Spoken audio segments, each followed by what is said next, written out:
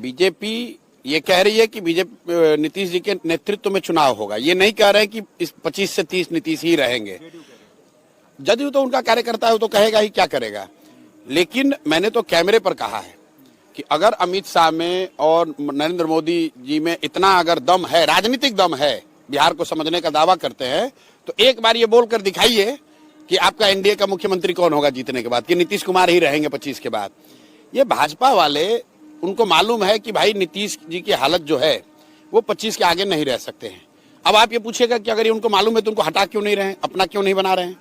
वो इसलिए कि भाजपा की बिहार में ना वो ताकत है, ना तैयारी है, न उनकी ताकत है, ना उनकी तैयारी है। उनको लड़ना है इनके साथ ही, तो सोच रहे हैं किसी तरह घिसट पिसट के इनके साथ मिलकर लड़ लें।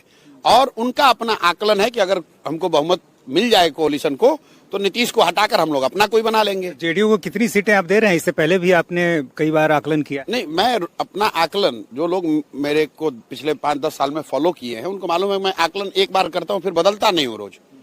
नीतीश कुमार के जदयू को 25 से कम सीट आएगी, चाहे वो किसी भी कोalition में लड़ लें, किसी भी कोalition में लड़ लें। जब नीतीश बाबू, आपको याद होगा, लोकसभा में इंडिया गठबंधन में थे, तो मैंने कहा था कि अगर इंडिया गठबंधन में लड़ेंगे तो इनको 5 सीट नहीं आएगा।